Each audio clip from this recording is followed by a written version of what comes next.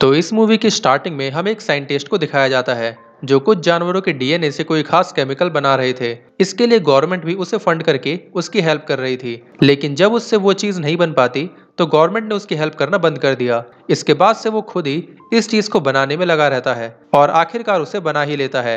ये एक ऐसा सीरम था जिसकी वजह से इंसानों को कोई बीमारी नहीं लगती और ना ही उन पर किसी जहर का असर होता है। इसके बाद वो साइंटिस्ट उस सीरम को अपने ऊपर ही यूज कर लेते हैं। इसके कुछ साल बाद हमें दिखाया जाता है कि उस साइंटिस्ट का एक बच्चा भी हो जाता है।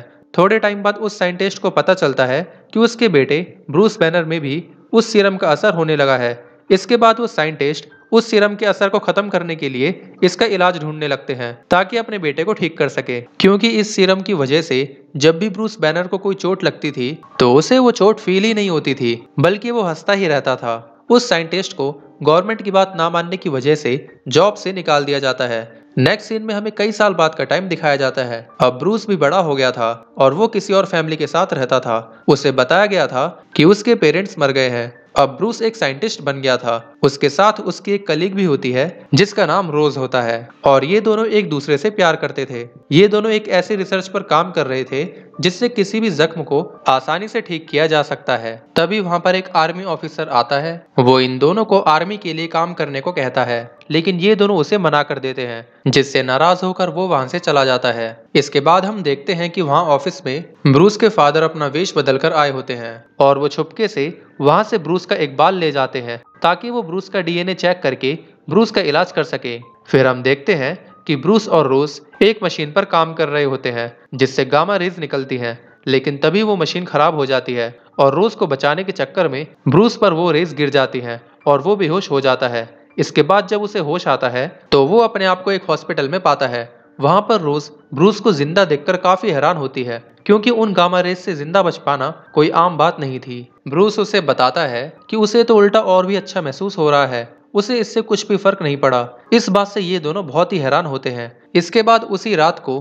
ब्रूस के फादर उससे मिलने आते हैं। ब्रूस उन्हें जिंदा देखकर काफी हैरान हो जाता है, क्योंकि उसे तो ये बताया गया था कि उसके पेरेंट्स मर चुके हैं। उसके फादर उसे बताते हैं कि तुम्हारी कलीग रोज के फादर, जो कि एक आर्मी जनरल हैं, उन्होंने ही मेरी रिसर्च रुकवा दी थी और तुम सबसे झूठ बोला था कि मैं मर चुका हूँ। तुम जिस फॉर्मूले की रिसर्च कर रहे हो वो बचपन से ही तुम्हारे ही अंदर है। ये सब कहकर ब्रूस के फादर वहां से चले जाते हैं। इसके बाद ब्रूस अपनी लैब में आता है और अपने फादर की उन सब बातों को याद करने लगता है। उसे विश्वास नहीं हो रहा था कि उसकी गर्लफ्रेंड के फादर उसके और उसके फादर के साथ ऐसा कर सकते हैं, जिससे उसे बहुत गुस्सा आता है, जिसकी वजह से वो एक ग्रीन कलर का बिग मॉन्स्टर बन जाता है जिसका नाम हल्क होता है। उसकी ये ट्रांसफॉर्मेशन उसके फादर भी छुपके से देख रहे होते हैं। इसके बाद ब्रूस वहां पर तोड़फोड़ करके वहां से चला जाता है। अगले दिन रोज ब्रूस से मिलने आती है और उससे लैब में हुई टूट फूट के बारे में पूछने लगती है, लेकिन ब्रूस को कल रात के बारे में कुछ भी नहीं पता था। उसे वो सब बस एक सपना लग रहा था। इसके बाद रोज के फादर वहां पर आ जाते हैं। वो ब्रूस से अकेले में बात करना चाहते थे,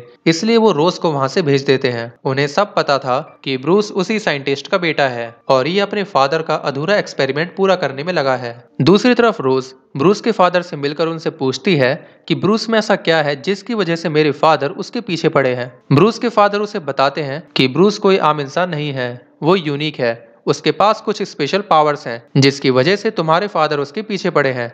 दूसरी तरफ हम देखते हैं कि रोज के फादर ब्रूस से उसके फादर के बारे में पूछते हैं और कहते हैं कि मैंने ही तुम्हारे फादर को जेल भेजा था, बट ब्रूस उन्हें कहता है कि मुझे उनके बारे में कुछ नहीं पता। फिर रोज के फादर कहते हैं कि मैं आर्मी जनरल हूँ, अगर तुम मुझे नहीं बताओगे तो मैं खुद इसका पता लगा लूंगा। इसके बाद वो आर्मी जनरल ब्रूस को धमकी देते हैं कि मेरी बेटी रोज से दूर रहना। इतना कहकर वो वहां से चले जाते हैं। इसके बाद ब्रूस अपने फादर से फोन पर बात करता है और उन्हें कहता है कि आपने मेरे साथ ऐसा क्यों किया, आपने ये बीमारी मेरे अंदर क्यों डाली। फिर ब्रूस के फादर कहते हैं कि ये कोई बीमारी नहीं बल्कि एक पावर है, तुम्हें इसका यूज करना सीखना होगा और आज के बाद तुम अपनी गर्लफ्रेंड से भी नहीं मिल पाओगे, क्योंकि मैंने उसे मारने के लिए उसकी तरफ कुछ क्रिएचर्स भेजे हैं। इससे गुस्सा होकर ब्रूस हल्क बन जाता है और फौरन रोज के पास जाकर उसे उन क्रिएचर से बचा लेता है जिन्हें ब्रूस के फादर ने ब्रूस के ही डीएनए से बनाया था। इसके बाद ब्रूस नॉर्मल होकर रोज को सब बता देता है कि उसके फादर की वजह से ही उसकी बॉडी में केमिकल है जो कि वो गामा रेज लगने की वजह से एक्टिवेट हो गया,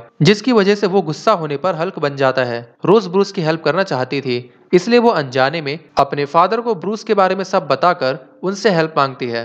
सब पता चलने पर रोज के फादर ब्रूस को बेहोश करके कुछ एक्सपेरिमेंट करने के लिए एक लैब में ले जाते हैं। वो ब्रूस की हल्क वाली स्किन निकालकर उसके डीएनए से वैसे ही बहुत से हल्क बनाना चाहते थे ताकि उससे वो फायदा उठा सके। रोज ये सब जानने के बाद अपने फादर से बहुत गुस्सा हो जाती है और ब्रूस को छोड़ने के लिए बोलती है, लेकिन उसके फादर बहुत बेरहम थे। वो ब्रूस को नहीं छोड़ते और रोज को ब्रूस से हमेशा के लिए दूर रहने को बोलते हैं। ब्रूस के बारे में पता चलने पर उसके फादर उसकी हेल्प करने का सोचते हैं और उस मशीन के पास जाते हैं जिसमें से गामा रेज निकलती हैं। वो अपने ऊपर भी उन गामा रेज को यूज करते हैं जिससे उनमें ऐसी पावर आ जाती है जिससे कि वो जिस भी चीज को छूते हैं उनकी बॉडी बिल्कुल उसी तरह हो जाती है। इसके बाद वो रोज के पास जाकर उससे कहते हैं कि वो अपने फादर से ब्रूस को छोड़ने के लिए रिक्वेस्ट करे, लेकिन रोज उन्हें कहती है कि उसके फादर नहीं मानेंगे, अब बहुत देर हो चुकी है। इस सब में कहीं ना कहीं गलती आपकी भी है, आपकी ही वजह से ब्रूस के पास वो खतरनाक पावर्स हैं। फिर ब्रूस के फादर अफसोस करते हुए कहते हैं कि मैं मानता हूं कि इसमें मेरी ही गलती है।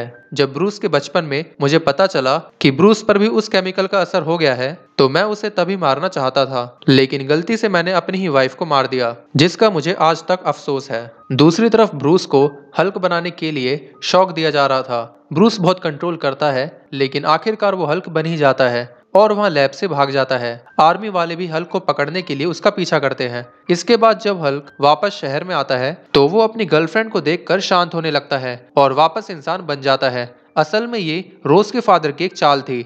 उसके इंसान बनते ही वो आर्मी वाले ब्रूस बैनर को पकड़ लेते हैं। इससे रोज को भी बहुत बुरा लगता है। इसके बाद ब्रूस के फादर भी ब्रूस से मिलने जाते हैं ताकि वो उसकी एनर्जी एब्जॉर्ब करके उसे ठीक कर सके। इसके लिए वो ब्रूस को जोर से झटका देकर हल्क बना देते हैं और उसकी एनर्जी एब्जॉर्ब करने लगते हैं, लेकिन ये एनर्जी बहुत ज्यादा थी जिसे वो संभाल नहीं पाते और हल्क से कहते हैं कि इस एनर्जी को तुम ही संभाल सकते हो, इसे तुम अपने पास ही रखो। इसके बाद आर्मी उन दोनों पर बॉम्ब फेंक देती है जिससे वो दोनों मारे जाते हैं। एक साल बाद हमें दिखाया जाता है कि ब्रूस अभी मरा नहीं था, बल्कि एक जंगल में सब लोगों से छुपकर कुछ लोगों का इलाज कर रहा था और उसने अपनी पावर्स को भी कंट्रोल करना सीख लिया था।